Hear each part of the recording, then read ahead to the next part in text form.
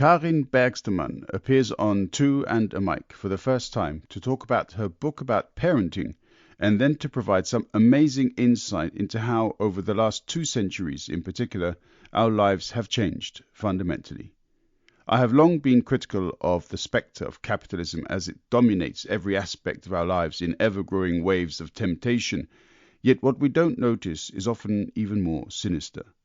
Natural habits have altered, relationships have changed, behavior, not always for the worse, but usually without our consensus. As the arguments currently rage over remote working or a return to the office, let's perhaps include within this debate how much our working lives take from us already, and consider whether in fact it's necessary at all.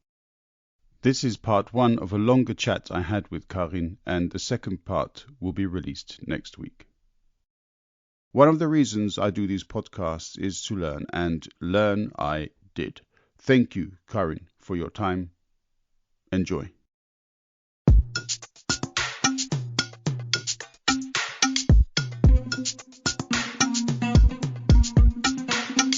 Dung weche pek kod welo mabiro e Two and a Mic.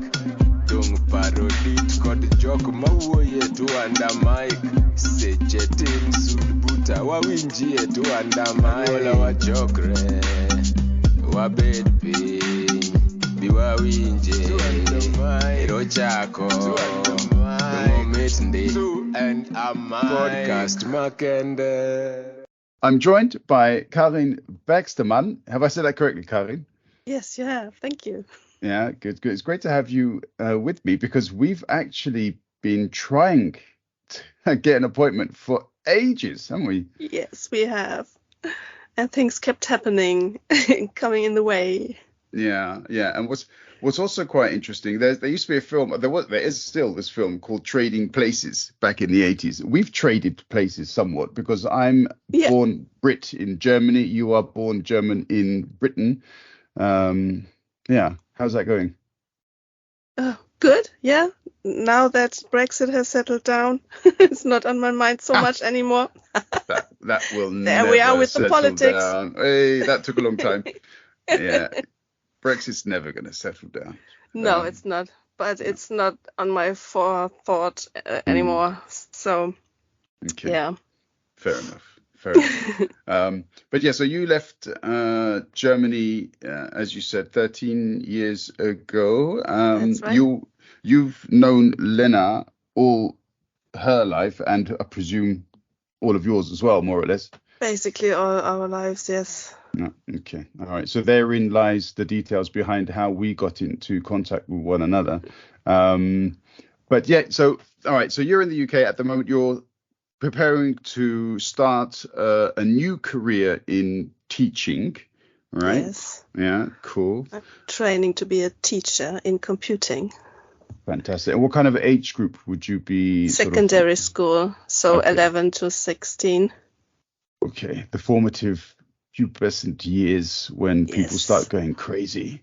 Okay, cool. Something to talk about again, I think. Yeah, teaching. It's got what's also, I mean, I teach, but I don't work with kids. But a few weeks ago, I did a workshop on Nachhaltigkeit, sustainability in German with kids. And I wasn't dreading it, but I've always said I can't work with kids. And actually, these kids were fantastic. Between the ages of 8 and 13, there were 11 of them. And they were so nice. I'm a bit shocked. So, yeah, the problem was clearly me and not the kids. But yeah, so I guess you like working with kids. I like working with kids very much, yeah, and I like to be back in the computing room. I almost forgot how awesome that is because I didn't really program for years. I didn't really, I worked in a completely different field, and now I'm getting back into that and walking through the room and helping the children with their little programs. It's just, it's so fun. I love it so much. Okay, all right. It's also something which I find very courageous on your part, because My auntie was a teacher until she retired. One of my cousins is a teacher, so I read a lot about teaching in the UK. Lots of language teachers, British language teachers, have left in recent years because they just found it so stressful teaching in British schools, and they went to mainland Europe where they felt they were much more respected. They were the kids were nicer to them. There was less bureaucracy, if that's even possible. I don't know. But you're taking that all on the chin and you're jumping into it. Yeah, where does all that courage come from? Oh, where does it come from? Basically, because I wanted to go back into employment again, and I had a feel around of what I'm going to do next. So first I started out doing some invigilating, and I liked it at the school. Then I found out that there's a real shortage in computing teachers. And I thought, okay, maybe I can do something about that. And also I think that it's really important for children to see women in STEM. So that was one of the reasons why I wanted to do this. And now I'm enjoying it very, very much. Yep, indeed. And STEM is science, technology, engineering, and mathematics. In German, it's Exactly. MINT, isn't it? MINT, yes. Yeah. It's very true. Unfortunately, it's very true. So it's great that you are actually doing this, because it is important that kids see, oh, there are women that can do technical things. They are very good at mathematics. They're good at science. Because still, for some reason, at these younger ages, boys think they're better at maths. Girls think they're not so good at mathematics. Where does this come from? Because they get told that from when they're really little. I mean, oh, don't worry that you're not good at maths because you're a girl. All girls have trouble with maths. Like it's such a cliche, and that it gets perpetuated and by the parents and even by the teachers sometimes. And that's very detrimental to everyone involved. Yeah. And that sort of touches on a number of topics that are all connected, and just with that one little mini subject area, as it were. Yep. But anyway, let's talk a bit further, because you said that you wanted to get back into the classroom, you wanted to get back into full-time employment, because previously you had taken another brave plunge, and you are a published author. I am. So I've written a book about, when you first have your first kid, and everyone suddenly has an opinion on how you should raise them.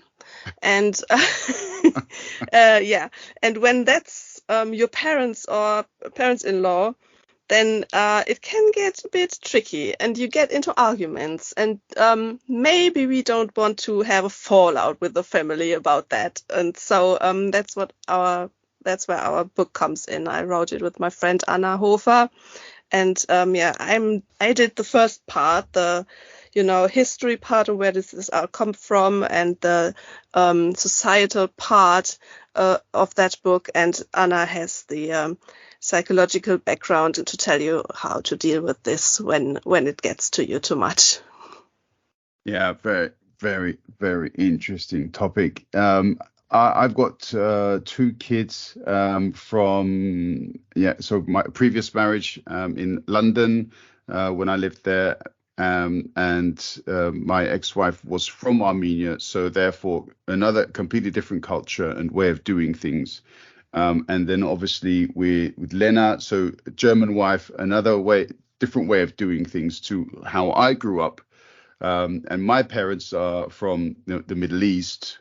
So again, an absolute mishmash of cultures. And to be honest, I have no idea, having raised or helped raise 2 kids, what the right way of parenting is. But I'm sure somebody would tell me. I don't think there is a right way of parenting. I think the right way of parenting is being authentic, being willing to learn from your mistakes. So I think that's the main thing, and being willing to accept that you have maybe made a mistake, because we all do make mistakes, and then be just ready to learn from them and improve as you go along, because you are not a born perfect parent. Nobody is. And it would be sad if we were, because what kind of role model would we be to our children, because that would be unattainable. Yeah, and I don't think we're robots, are we, to be able to rely on sort of programming to raise our kids. I thought that, not that it occurred to me recently, but a few weeks ago during this workshop, I had my plan. Everything was organized, of course, and I had a daily plan as well, with hours when we could switch from one activity to another, break times and so on. But halfway through, that had to be chucked out the window because the kids decided, no, we're enjoying this activity. We don't want to change an activity. So we're happy to stick with this activity. And obviously, why am I going to complain with what the kids are happy with? They're doing something that I wanted them to do anyway. So what that kind of leads me towards is, how much as parents do we actually rely on guidance from our kids?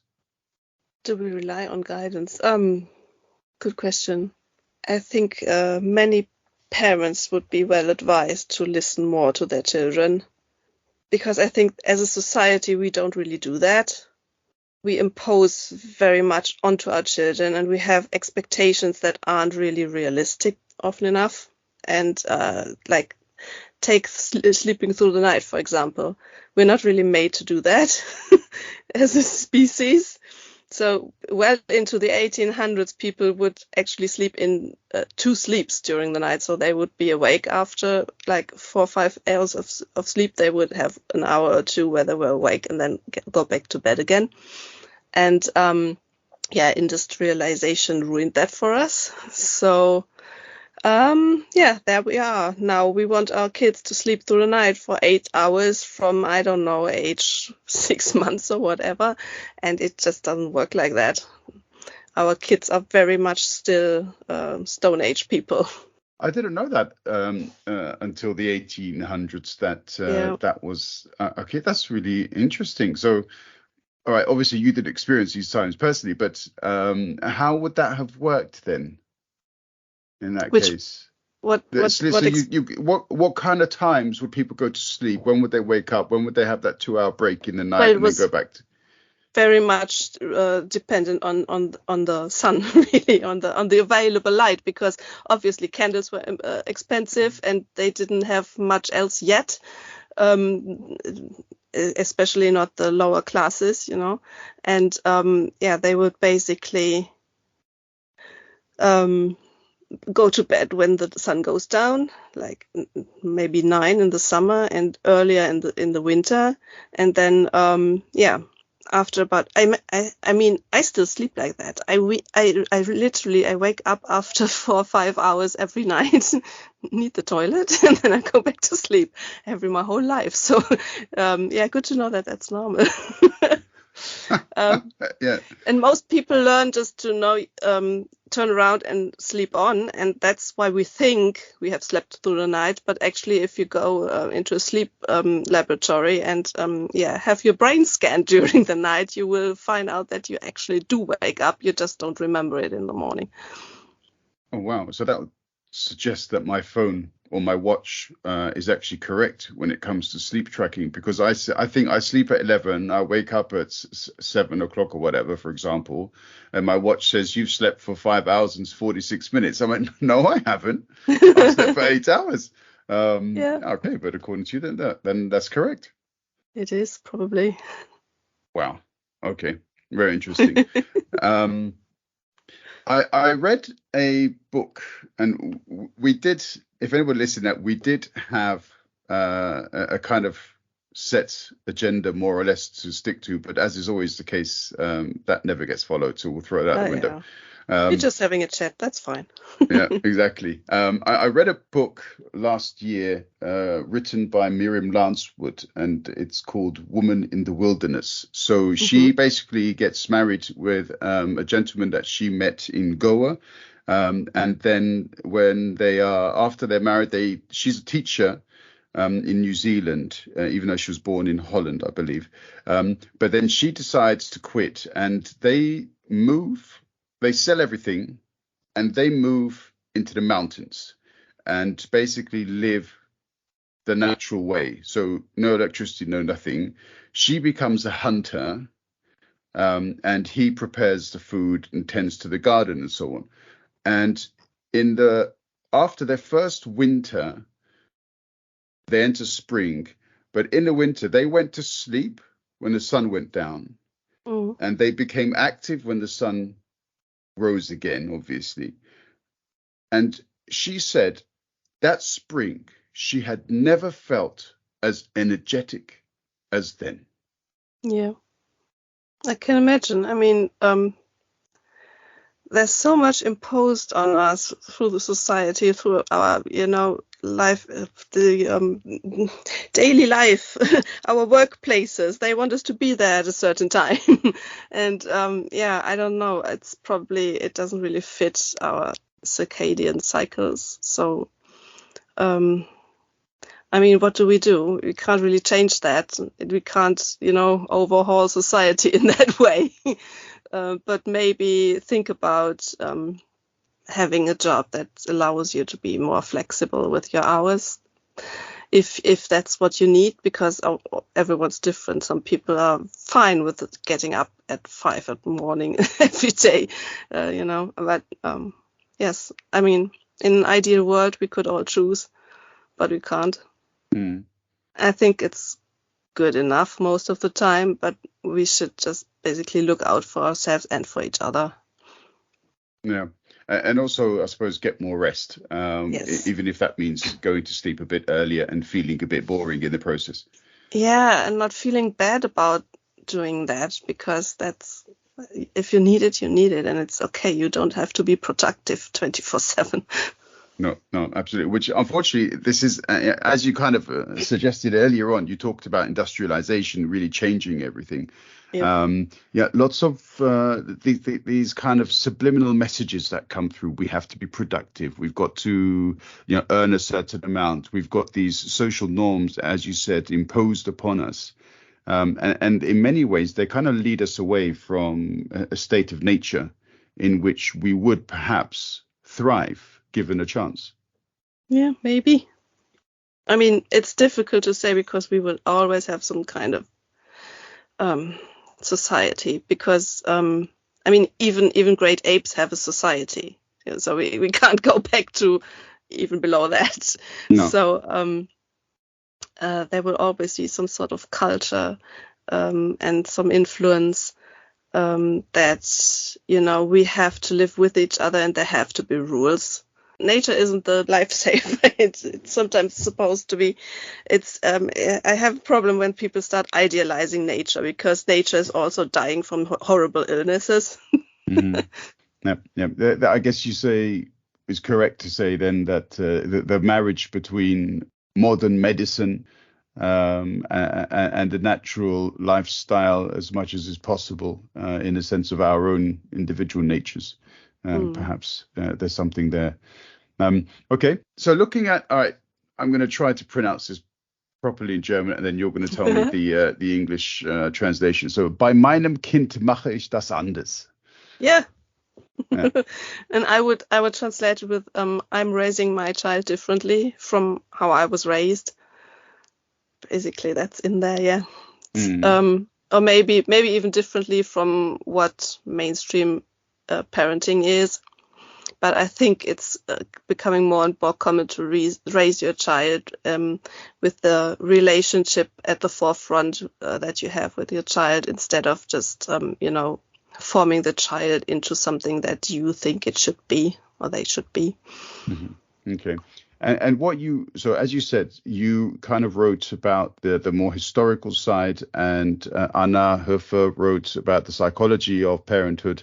But did you yourself follow I haven't read the book, so I can't say guidance here, but is there something laid out in the book, and did you follow it?